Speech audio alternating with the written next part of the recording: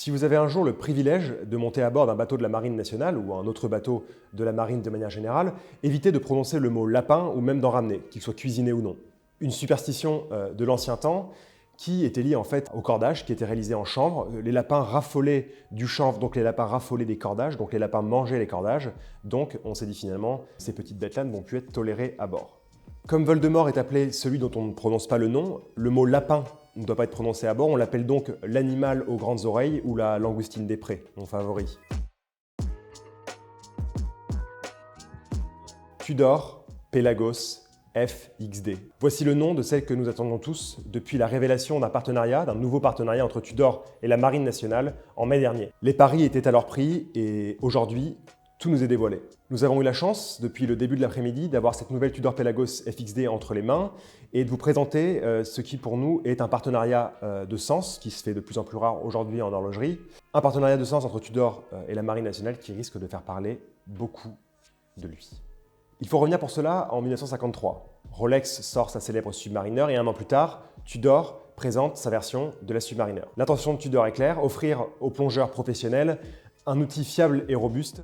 Le premier lien qui unit Tudor à la Marine nationale se fait via le GERS, le groupe d'études et de recherche sous-marine qui est rattaché à la Marine nationale. Nous sommes au début de l'année 1956 et à Toulon, peu cher, et le GERS reçoit des Tudor Oyster Prince Submariner en test. Les montres sont des références 79-22 et 79-23, étanches à 100 mètres, on connaît le visage. Le logo Tudor est une rose, il n'y a pas d'épaulement de couronne, et le but du groupe est de dire si ces montres fonctionnent ou ne fonctionnent pas, est-ce qu'elles résistent finalement à un travail sur le terrain. L'étanchéité est jugée alors parfaite et leur comportement tout à fait correct.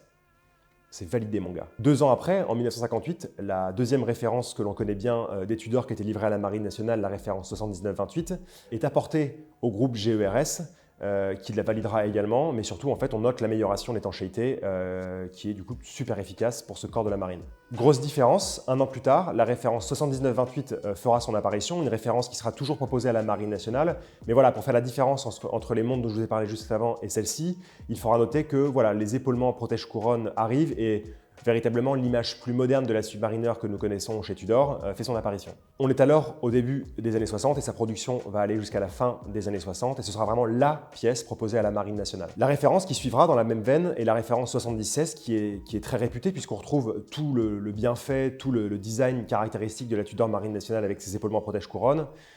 Toutefois, avec l'apparition des aiguilles Snowflake, ces mêmes aiguilles étaient en fait une demande de la Marine nationale pour davantage de lisibilité à la fois dans et en dehors de l'eau. Mais la référence légendaire de la Marine nationale, c'est la référence 9401 qui apparaît en 1975 et qui présente comme gros changement le célèbre bleu Tudor, à la fois sur la lunette, mais aussi sur le cadran. Donc tout d'abord avec aiguille Snowflake, puis ensuite avec les célèbres aiguilles forme Mercedes dans les suites de cette évolution de référence. La version bleue sera celle choisie par la Marine nationale pour la dotation à ses plongeurs. Ce modèle restera en production et sera livré à la Marine nationale jusque dans le corps des années 80, mais son utilisation, elle, perdurera jusqu'au courant des années 2000. Revenons à nos moutons avec maintenant le moment que vous attendez tous, la présentation de la nouvelle Tudor Pelagos FXD. Tout comme c'était le cas dans les années 60, Tudor a commencé à travailler en secret avec un des commandos les plus prestigieux de la Marine nationale, le commando Hubert, afin d'établir un cahier des charges qui permette aujourd'hui de repenser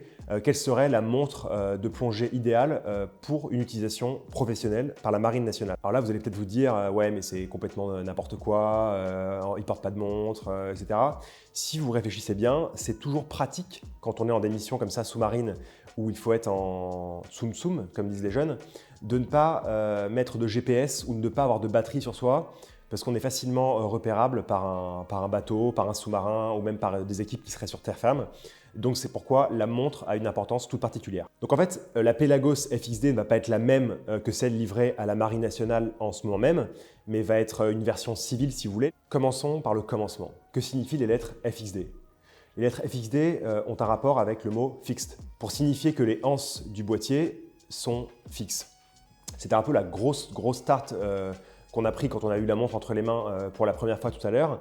c'est qu'en fait, contrairement au monde classique qu'on a l'habitude de voir tous les jours, les anses de ce modèle sont fixes. Donc en fait, c'est un rappel indéniable à des montres beaucoup plus anciennes, à des montres du XXe siècle, de la première même moitié du XXe siècle, où on avait en fait des pompes fixes à la place des pompes mobiles qu'on a aujourd'hui. Des anses qui sont particulièrement bien travaillées, puisqu'elles sont taillées dans la masse de cette boîte en titane de 42 mm de diamètre. Un des éléments cruciaux de la montre de plongée se trouve être, comme d'habitude, sa lunette. Sa lunette tournante unidirectionnelle de manière classique, mais ici, une lunette tournante bidirectionnelle est graduée dans le sens inverse. C'est-à-dire qu'en général, vous avez le repère qui signifie le 0, puis 5, 10, 15, 20, etc., jusqu'à 60. Ici, vous avez le repère à 60, puis 55, 50, etc., jusqu'à 0. Donc la lunette est présentée sous forme d'un compte à rebours. Ce n'est évidemment pas un hasard. En fait, les forces de la Marine nationale ont besoin d'une lunette qui puisse leur permettre d'effectuer ce qu'ils appellent une navigation par cap successif. La navigation par cap successif consiste en fait en passant par la mer sans jamais refaire surface, à aller d'un point A à un point B, souvent d'un point A donc du bateau, jusqu'à un point B chez l'ennemi, sans se faire repérer évidemment entre les deux. Et grâce à la lunette, en fait, on va pouvoir s'orienter. Je m'explique. Deux nageurs, reliés ensemble par une lanière qui s'appelle la ligne de vie, vont avancer à une vitesse constante. C'est très important. Grâce à une boussole magnétique, ils savent qu'ils doivent changer de cap tous les temps X, et pour cela, ils doivent faire appel à la lunette de la montre. C'est-à-dire qu'on va placer la montre avec un compte à rebours, on va dire de 20 minutes, et on sait que quand l'aiguille des minutes aura tapé ces 20 minutes, il faudra changer de cap, ainsi de suite, jusqu'à arriver chez l'ennemi et lui casser la gueule. Voilà. La lunette est très précise par son double clic par minute, donc si vous additionnez une lunette à 120 clics, donc plus précise pour cette navigation par cap successif. Regardons de plus près cette Pelagos FXD. Elle est très fidèle au modèle Tudor Submariner d'origine. Bon, évidemment, ici, on n'a pas un modèle Submariner, le mot Submariner étant totalement effacé des collections Tudor. Sur cette Pelagos, on retrouve les index carrés ici, bien en relief, bien luminescents, les aiguilles Snowflake et évidemment le bleu Tudor signature à la fois sur le cadran et sur la lunette réalisée en céramique. L'insert est réalisé en céramique, la lunette est en titane. Concernant l'étanchéité, qui est évidemment un fait d'importance, ici la montre résiste à une pression de 20 bars, donc soit environ 200 mètres de pression. Alors, vous allez me dire, oui, mais c'est une montre de plongée professionnelle, pourquoi c'est pas 300 ou 600 mètres? Ça ne sert pas à grand chose. Les plongeurs de la Marine nationale ne réparent pas des gros tuyaux à 400 mètres de profondeur. En général, ils sont pas très loin de la surface de l'eau et ils évoluent à cette distance de la surface. Donc en fait, 20 bars de pression est largement suffisant pour leur utilisation au quotidien. On retrouve au dos évidemment une signature, un marquage important qui est celui de la Marine nationale, donc MN21, Marine nationale 2021, pour signifier que les montres ont été livrées en 2021 et en 2022, on aura la même indication, toutefois avec MN 2022 ou MN22, avec la présence d'une encre, le fameux logo de la Marine nationale. Alors que trouve-t-on sous cette encre? C'est très important évidemment. Sous cette encre, donc sous ce fond de boîte plein, on trouve le mouvement de manufacture Tudor, référence MT5602. Un mouvement que l'on trouve aussi sur les Black Bay classiques, mais qui équipe cette fois cette Pelagos. Un mouvement à la superbe réserve de marge de 70 heures. Un mouvement qui ne délivre rien de bien nouveau, heure, minute, seconde. Cette fois, pas de date, et d'ailleurs ça se remarque bien sur le cadran, et je trouve que pour un outil professionnel, ça ne sert à rien d'avoir une date. Ça apporte une belle harmonie, et franchement, le plongeur qui navigue par cap successif, il en a, mais rien à faire. Donc la robustesse du mouvement est pensée à toute épreuve. Son spirale est réalisé en silicium, ainsi pas de problème de précision à cause des aimants ou à cause des champs magnétiques divers et variés. Également, la montre est certifiée par le contrôle officiel suisse des chronomètres, COSC. Et alors que la précision du COSC est établie en fait, à -4 plus 6 secondes, Tudor l'a même amené à -2 plus 4 secondes sur ce modèle. Pour revenir maintenant à l'extérieur du boîtier de 42 mm de diamètre et à ses anses fixes si caractéristiques, il faut parler un instant du bracelet. Historiquement, la Marine nationale se faisait livrer les montres sans bracelet. Donc les mecs étaient un peu là, un peu perdus, ils arrachaient un bout de tissu ou même un bout d'élastique des parachutes, ils le mettaient dans les cornes et hop, c'est comme les chocs à pic, ça faisait des montres qu'on mettait au poignet et tout allait très bien. Tudor a voulu reprendre aujourd'hui un peu cette image de bracelet en tissu, toutefois en les réalisant de manière un peu plus professionnelle grâce à l'entreprise artisan Julien Faure en France. Donc deux types de bracelets, un bracelet en tissu et un bracelet en caoutchouc. Le bracelet en tissu, il s'agit en fait très simplement d'un bracelet en une pièce avec un scratch. c'est très propre sur le poignet et on apprécie beaucoup la boucle en forme D en titane aussi, qui vient en fait faire le petit passage final avant de mettre le scratch. Une pièce proposée à 3 650 € avec ses 5 ans de garantie pour une disponibilité immédiate. Alors maintenant, qu'est-ce qu'on en pense? Alors, quand on a vu la montre tout à l'heure pour la première fois, on a été très surpris. En général, c'est bon signe. Enfin, ici, en tout cas, c'est très bon signe même. Ce qui nous a d'abord en fait complètement, pas choqué, mais frappé, c'était vraiment ce boîtier complètement différent en fait avec des anses fixes, ce qui en fait apporte un visage totalement nouveau à la montre et qui a une explication complètement professionnelle.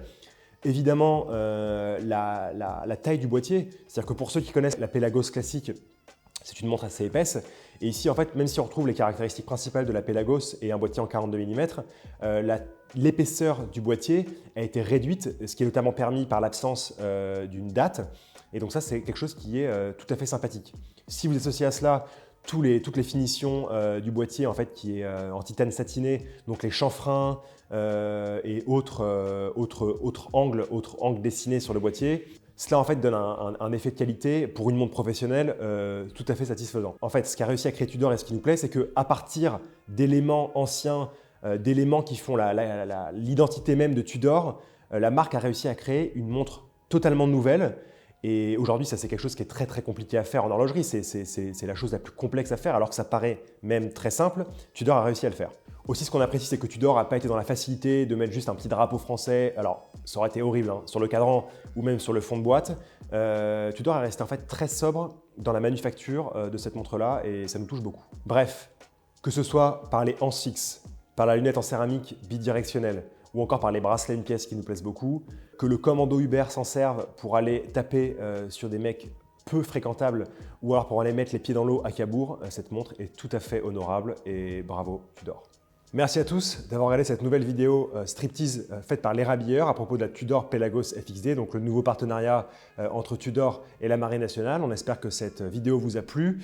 Si elle vous a plu, n'hésitez pas à mettre un petit pouce positif pour montrer qu'elle vous a plu. Si elle ne vous a pas plu, un petit pouce positif également et nous dire pourquoi elle ne vous a pas plu. Tout ce que je peux vous dire, c'est qu'on a hâte d'aller avec vous tremper nos petits petons dans l'eau tiède de Cabourg, pour ne pas dire gelée, avec évidemment, je l'espère, une Tudor Pelagos FXD au poignet. Merci à tous ceux qui nous suivent depuis plusieurs générations, comme depuis avant-hier seulement, on vous aime très très fort. C'est tout ce que j'ai à dire. Merci.